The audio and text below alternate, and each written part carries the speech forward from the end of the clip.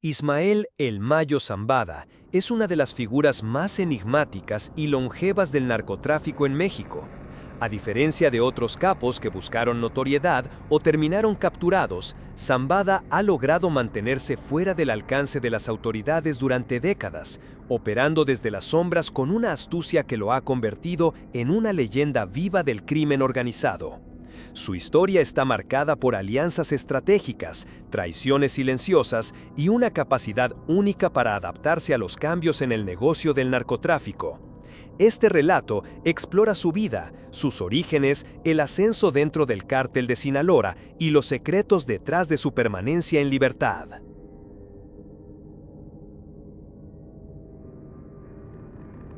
Ismael Zambada García nació el 1 de enero de 1948 en El Álamo, un pequeño poblado en el municipio de Culiacán, Sinaloa. Creció en una zona rural, donde el cultivo de marihuana y amapola era una actividad común entre campesinos que, ante la pobreza y falta de oportunidades, veían en el narcotráfico una forma de sobrevivir.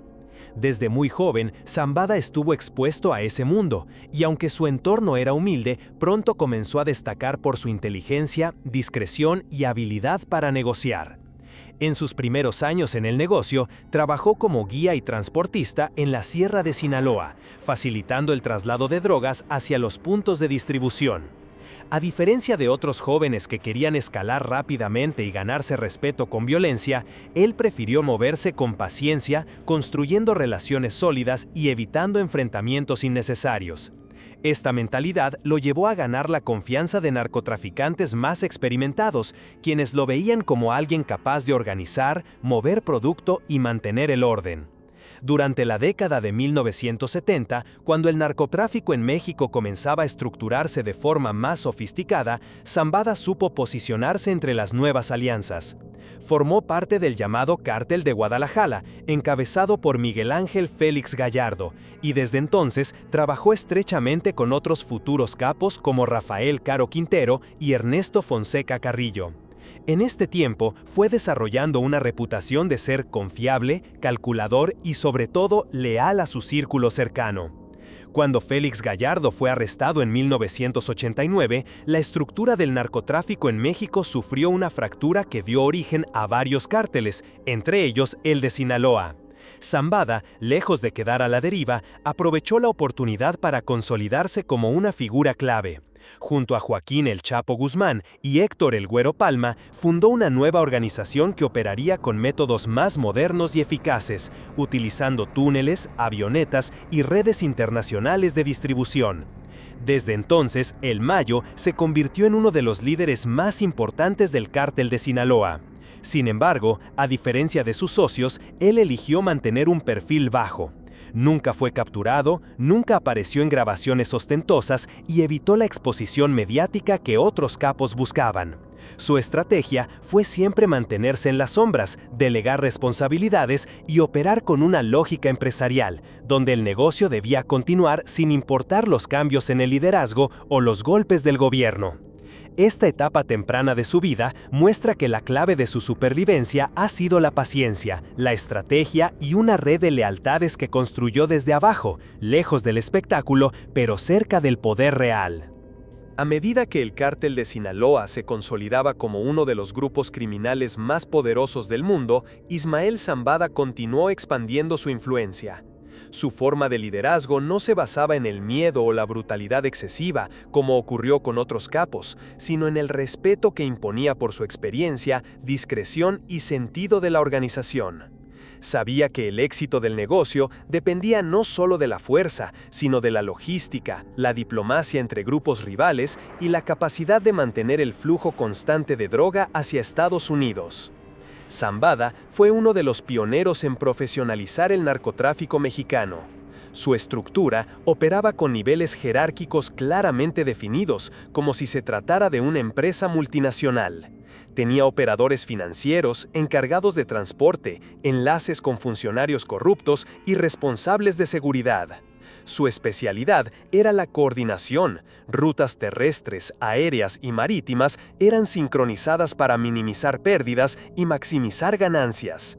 Uno de sus mayores logros fue establecer una red de distribución que conectaba los cultivos en Sinaloa y Durango con laboratorios en la sierra, y de ahí a ciudades fronterizas clave como Mexicali, Tijuana, Ciudad Juárez y Nogales. Desde esos puntos, la droga cruzaba hacia California, Texas y Arizona, y luego se distribuía por todo Estados Unidos. Mientras tanto, en México, el Mayo se encargaba de mantener relaciones estables con otros grupos para evitar guerras innecesarias. A diferencia del Chapo Guzmán, que fue ganando protagonismo mediático y alimentando su figura con corridos y fama popular, Zambada se mantuvo distante del espectáculo. Incluso cuando el cártel de Sinaloa fue perseguido por agencias como la DEA y la Policía Federal, su nombre era mencionado con menor frecuencia. Esto no se debía a una menor importancia, sino a su habilidad para operar con un bajo perfil. Prefería moverse en la sierra, lejos de las ciudades y del radar del gobierno. Sin embargo, su discreción no significaba debilidad.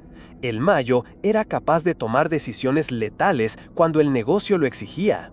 Diversos informes señalan que ordenó ejecuciones internas cuando detectaba traiciones, fugas de información o comportamientos que ponían en riesgo a la organización. También supo aprovechar las caídas de sus aliados para fortalecer su propio poder.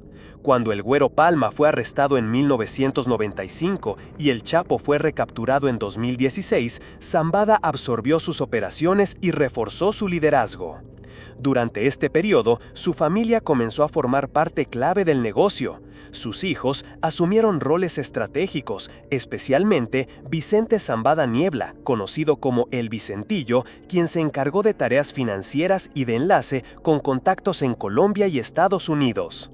Aunque Vicente fue detenido en 2009 y luego extraditado, la estructura del cártel no se debilitó. Esto demostró que el Mayo no había centralizado el poder en una sola figura, sino que había preparado sustitutos y sistemas de respaldo. Lo que distinguía a Zambada no era solo su capacidad para el contrabando, sino su visión a largo plazo. No buscaba el control total, sino la estabilidad del negocio. Sabía cuándo negociar, cuándo ceder territorio y cuándo aplicar fuerza. Su filosofía era simple: hacer dinero, evitar el caos y mantenerse libre. Y hasta ese momento lo había logrado como nadie más en la historia del narcotráfico mexicano. Con el paso de los años, Ismael Zambada fue perfeccionando su papel como estratega silencioso dentro del crimen organizado. Mientras otros capos caían en enfrentamientos internos, traiciones o eran capturados por las autoridades, él se mantenía firme, operando desde la Sierra de Sinaloa, con comunicaciones limitadas, siempre rodeado de un círculo pequeño y leal.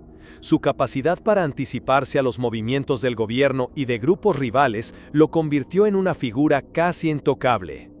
Una de las decisiones más relevantes de esta etapa fue su manejo frente a la creciente presión de los Estados Unidos. Tras la caída de varios líderes del cartel de Sinaloa y el incremento de los operativos conjuntos entre la DEA y las fuerzas mexicanas, Zambada optó por fortalecer las alianzas con cárteles colombianos y redes de distribución en Centroamérica. Ya no se trataba solo de mover cocaína por la frontera, sino de establecer una cadena de suministro que comenzaba en Sudamérica, pasaba por México y terminaba en las principales ciudades de Norteamérica y Europa. Esta expansión internacional trajo consigo nuevos desafíos. Zambada no solo debía mantener el control del flujo de droga, sino también mediar con organizaciones criminales extranjeras, negociar precios, rutas y pactos de no agresión. En este contexto, su reputación como hombre de palabra lo posicionó como un negociador confiable, incluso entre rivales. Se dice que, en más de una ocasión, evitó guerras sangrientas gracias a su intervención directa o a través de emisarios de confianza. Mientras tanto, la violencia entre cárteles se intensificaba en varias regiones del país. En estados como Chihuahua, Tamaulipas, Michoacán y Guerrero, los enfrentamientos entre organizaciones criminales dejaban miles de muertos cada año. Pero Sinaloa, territorio base de Zambada, se mantenía relativamente estable. Esto no era casualidad. Él había construido una estructura de protección que incluía no solo a sicarios y operadores logísticos, sino también autoridades locales, líderes comunitarios e incluso empresarios. Los rumores sobre su paradero eran constantes. Algunos decían que vivía escondido en cuevas en lo alto de la sierra. Otros aseguraban que se movía entre ranchos custodiados por hombres armados, cambiando de lugar cada pocas semanas.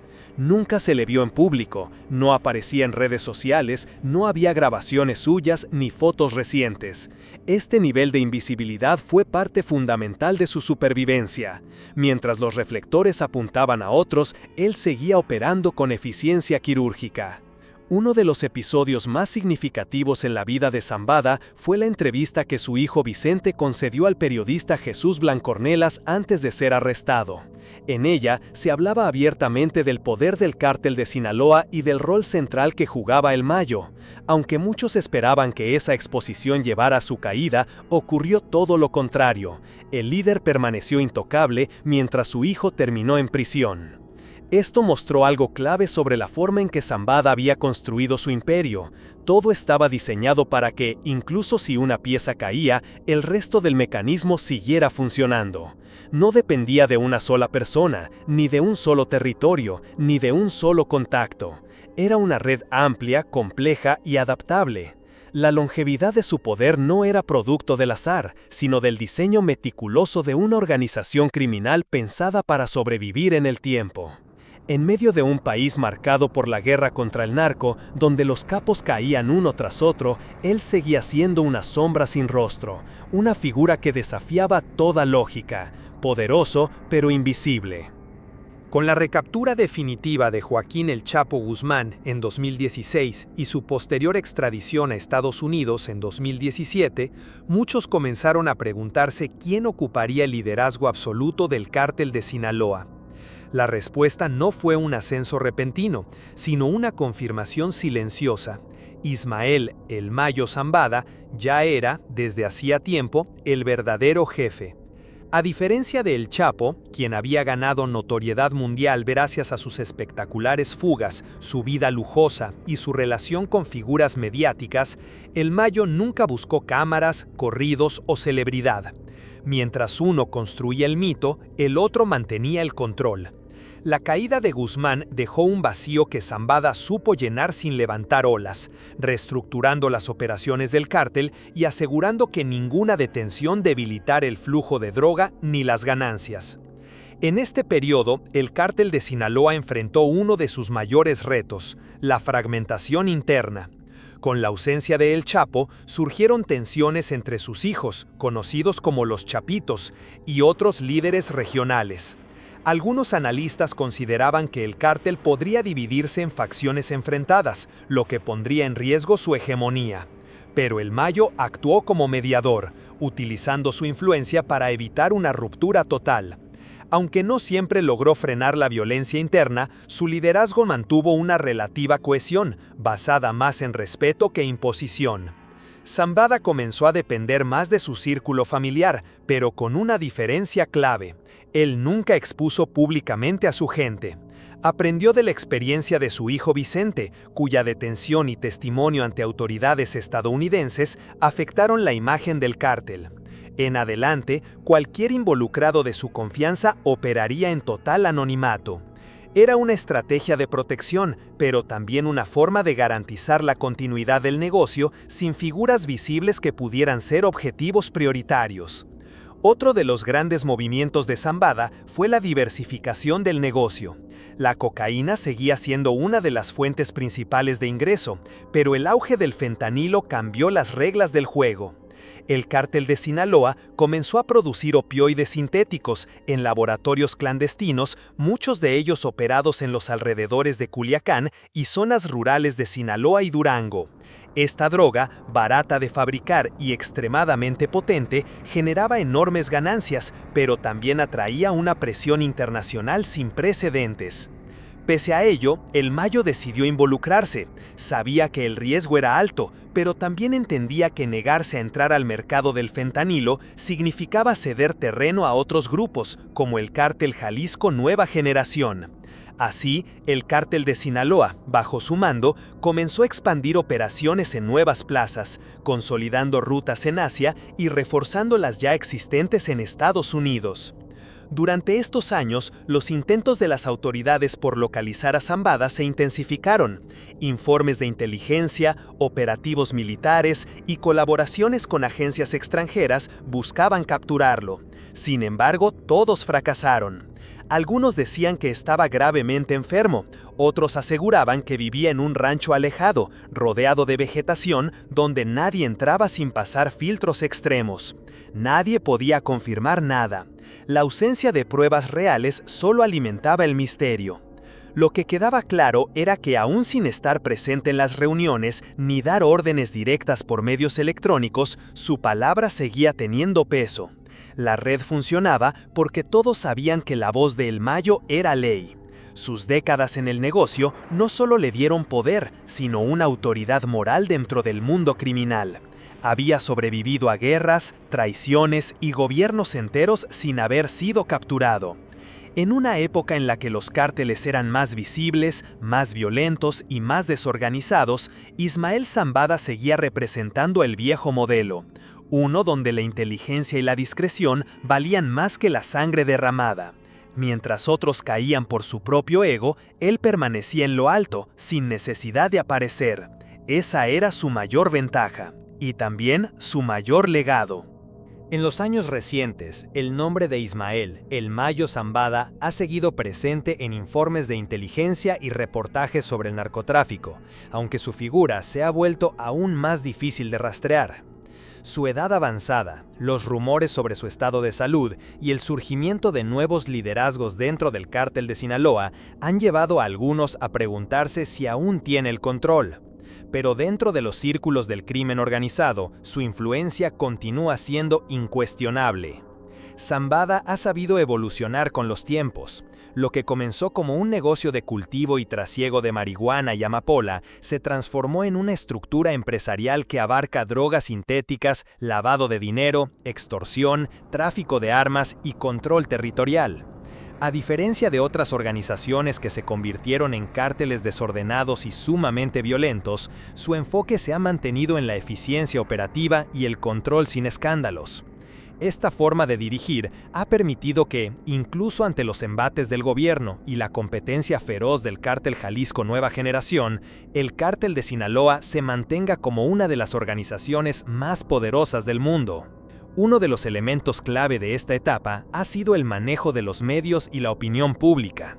Aunque El Mayo nunca ha aparecido en entrevistas ni se ha exhibido públicamente, su leyenda ha crecido gracias a su silencio.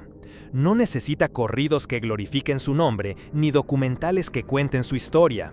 Su legado se transmite entre quienes lo conocen de cerca o han trabajado bajo su mando.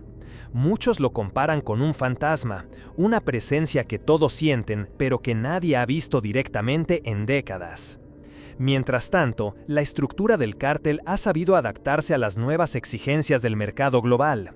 Las ganancias ya no provienen únicamente de los grandes cargamentos transfronterizos, sino también del microtráfico, del uso de criptomonedas para lavar dinero y del aprovechamiento de tecnologías para ocultar sus operaciones. Todo esto ocurre bajo una lógica de descentralización, pequeños operadores autónomos que trabajan bajo la misma bandera, pero sin una cadena de mando rígida que pueda ser desmantelada con una sola captura. Este modelo, diseñado por Zambada y afinado durante años, es una de las razones por las que su organización ha resistido los golpes más duros. Cuando el Chapo fue juzgado en Estados Unidos, se revelaron miles de detalles sobre el funcionamiento interno del cártel de Sinaloa. Sin embargo, los testimonios apenas ofrecieron información sobre Zambada. Nadie parecía saber con certeza dónde estaba, cómo se comunicaba o quiénes eran sus interlocutores directos. Su capacidad para desaparecer sin desaparecer del poder sigue siendo un enigma para las agencias de seguridad. Incluso dentro del propio cártel, no todos tienen acceso a él. La estructura funciona casi como una red de compartimentos aislados. Cada operador conoce solo su parte del negocio. De esa manera, si alguien es capturado, no puede comprometer a los niveles superiores. Esta estrategia que él mismo promovió ha permitido mantener el sistema en funcionamiento durante décadas. El papel de Zambada también ha sido fundamental para contener fracturas internas. Aunque ha habido roces con los chapitos, sobre todo por la forma impulsiva y a veces violenta en que estos manejan sus operaciones, se ha evitado una ruptura definitiva. Se sabe que el Mayo es respetado incluso por los más jóvenes, en parte por su historia, pero también porque entienden que su experiencia es vital para la estabilidad del negocio. Ya no necesita estar en el centro de la acción para ser el hombre más influyente del narcotráfico en México. Su liderazgo no depende de la fuerza, sino del respeto. Su organización no se impone con gritos, sino con lealtades tejidas durante décadas. Y su poder no se basa de exposición, sino en su capacidad para mantenerse, siempre, un paso adelante de todos. El entorno en el que Ismael "El Mayo" Zambada opera ha cambiado radicalmente en los últimos años. Las dinámicas del narcotráfico en México son cada vez más volátiles y la violencia ha alcanzado niveles alarmantes en muchas regiones del país. Nuevas generaciones de capos, más impulsivos, menos disciplinados y ansiosos de poder, han transformado el negocio en un campo de batalla constante. En medio de esta turbulencia, Zambada ha seguido resistiendo, aferrado a sus métodos antiguos, pero no por nostalgia, sino por eficacia comprobada. Mientras varios grupos criminales se sumergen en luchas sangrientas por el control de territorios sin medir las consecuencias económicas ni el desgaste de sus estructuras, él ha mantenido una visión pragmática. Evita las guerras innecesarias. Sabe que cada bala disparada en una ciudad genera atención mediática, presiones políticas, presencia militar. Por eso, su cártel prioriza el control silencioso, donde la corrupción y los acuerdos tienen más valor que los enfrentamientos armados. Parte fundamental de esa estrategia ha sido mantener relaciones estables con sectores clave del poder: policías municipales, fuerzas estatales, agentes migratorios, jueces y políticos locales. Durante décadas ha construido una red de protección basada en pagos, favores y pactos de no agresión. Este modelo le ha permitido evitar los grandes escándalos, las traiciones públicas y los rompimientos violentos que han sepultado a otras organizaciones. Pero este equilibrio no es eterno. La presión del gobierno de Estados Unidos sobre México para detener la producción y tráfico de fentanilo ha colocado al cártel de Sinaloa en el centro del conflicto. Washington exige resultados y las autoridades mexicanas intensifican sus operativos en los laboratorios clandestinos. Aún así, las incautaciones apenas afectan una fracción del volumen real que se produce y distribuye. Zambada, al tanto de esta presión, ha ordenado cambios logísticos, mover laboratorios, diversificar rutas y aumentar los niveles de compartimentación para evitar filtraciones. También ha tenido que lidiar con un nuevo problema: la exposición forzada que generan sus propios aliados. Mientras él sigue operando desde la sombra, algunos miembros del cártel, especialmente de la facción de los Chapitos, han incurrido en lujos, redes sociales y comportamientos impulsivos que van en contra del estilo que él ha cultivado por décadas. La diferencia generacional es evidente. Mientras unos apuestan por la velocidad y la ostentación, él insiste en la calma y el silencio como herramientas de poder. Estas tensiones internas han provocado roces. No se trata de una ruptura abierta, pero sí de un choque de visiones. Zambada ve el narcotráfico como un negocio de largo plazo, no como una guerra para ver quién dispara más rápido. Aunque ha tolerado ciertas acciones de sus aliados más jóvenes, también ha marcado límites. Según fuentes de inteligencia, ha enviado mensajes claros para evitar que el cártel se hunda en una guerra intestina que los debilite ante enemigos externos, como el cártel Jalisco Nueva Generación. En este contexto, su papel se ha vuelto más de un patriarca que de un comandante. No necesita estar presente en cada movimiento. Su figura es lo suficientemente sólida como para influir desde la distancia. Los viejos operadores, los que lo conocieron en los años duros de la sierra, aún lo siguen. Y los nuevos, incluso si no lo han visto jamás, respetan su nombre, porque saben que sin él, nada de lo que hoy existe en Sinaloa estaría en pie. Zambada ha llegado a una etapa en la que no se trata solo de sobrevivir, sino de preparar una transición. Aunque no se ha retirado formalmente, todo indica que ha estado construyendo un sistema que pueda funcionar sin su presencia directa. Esto implica delegar, formar liderazgos intermedios y dejar estructuras sólidas, porque para él, más importante que el poder personal es la permanencia del sistema que ayudó a crear. Esa ha sido siempre su prioridad. No figurar, no presumir, no exponerse, solo seguir. A lo largo de más de 5 décadas en el mundo del narcotráfico, Ismael El Mayo Zambada ha construido algo que ningún otro capo en la historia reciente de México ha logrado: una carrera sostenida por la inteligencia, la estrategia, la paciencia y, sobre todo, la invisibilidad. Mientras que nombres como Pablo Escobar, Amado Carrillo, Joaquín El Chapo Guzmán o incluso los hermanos Arellano Félix acabaron muertos, traicionados o encerrados en prisiones de máxima seguridad, Zambada ha permanecido libre, fuera del foco público, sin una sola captura en su historial. Para muchos, eso lo convierte en una figura mítica. Para otros, simplemente en el hombre más astuto del crimen organizado moderno. Su longevidad no puede explicarse por un solo factor. Se trata de una combinación precisa de decisiones acertadas, un profundo conocimiento del terreno y del negocio, una capacidad de adaptación admirable y una lectura quirúrgica del contexto político, social, económico de México y Estados Unidos.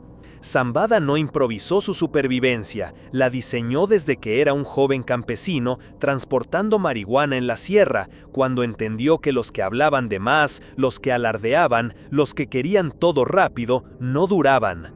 Durante años, muchos pensaron que la detención de El Chapo marcaría el principio del fin del cártel de Sinaloa. No fue así. Lejos de derrumbarse, la organización siguió operando, generando ganancias millonarias, expandiendo su red a Europa, Asia y África. El flujo de cocaína, metanfetamina y especialmente fentanilo no solo continuó, sino que se volvió más sofisticado. A pesar de que el gobierno estadounidense ha señalado insistentemente al cártel como uno de los responsables de la crisis de opioides que vive ese país, los decomisos apenas representan una fracción del verdadero volumen de distribución. La red sigue viva, activa y en constante evolución.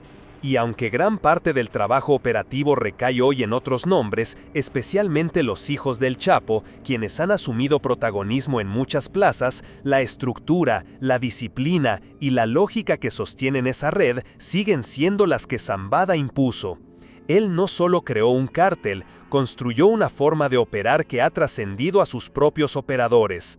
Es, en esencia, el arquitecto de una máquina criminal que funciona incluso cuando él no está presente físicamente. Uno de los aspectos más sorprendentes de su legado es su casi total invisibilidad. A diferencia de otros capos, no hay videos, audios ni apariciones públicas recientes. Apenas existen unas pocas fotografías antiguas tomadas antes de que alcanzara el poder que tiene hoy. No se le conoce un estilo de vida lujoso, ni escándalos con celebridades, ni propiedades llamativas. No es el narco de las series, ni el protagonista de corridos que se reproducen millones de veces. Su poder reside precisamente en que no se ve. Y en un mundo donde la exposición es un riesgo constante, ese anonimato ha sido su mayor escudo. Incluso entre sus enemigos hay quienes lo respetan. Agentes de inteligencia, analistas y antiguos rivales reconocen que Zambada representa una versión casi extinta del narcotraficante mexicano, uno que entiende el negocio como un equilibrio, que prefiere los acuerdos al caos, que no confunde brutalidad con control. Eso no significa que sea un personaje honorable o heroico. Su carrera está manchada, como todas en este mundo, por la violencia, por las miles de vidas perdidas en el camino, por las familias rotas y las comunidades arrasadas por las drogas.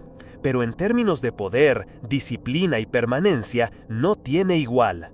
Con más de 75 años, muchos se preguntan si Zambada está preparando su retiro definitivo o si por el contrario sigue manejando los hilos desde lo alto de la sierra. No hay respuesta definitiva. Algunos informes apuntan a que su salud se ha deteriorado, que su presencia física es cada vez más limitada, que ha cedido el control operativo a una nueva generación. Pero también hay quienes aseguran que aún toma las decisiones más importantes, que sigue reuniéndose con figuras clave en lugares remotos y que, pese a su edad, conserva la mente aguda que lo llevó a lo más alto. Lo cierto es que, mientras el gobierno de México cambia de estrategia sexenio tras sexenio, mientras los cárteles rivales se destruyen entre sí, mientras nuevos grupos intentan surgir en distintas regiones del país, el nombre de El Mayo sigue siendo sinónimo de permanencia. Ya no necesita demostrar nada, no compite, no se defiende, no habla. Su historia, aunque envuelta en sombras, es una de las más impactantes del crimen organizado en América Latina. Hay quienes dicen que su legado terminará cuando él muera, pero otros creen que su forma de operar, su visión empresarial del narcotráfico, su sistema descentralizado y su cultura de discreción ya están incrustados en el ADN del crimen organizado en México. Tal vez no lo capturen, tal vez muera en libertad, como vivió, o tal vez, como siempre, simplemente se esfume, sin ruido, sin espectáculo, desapareciendo como una sombra que nadie pudo alcanzar, pero que todos sabían que estaba allí. Y así, en silencio, habrá ganado la guerra.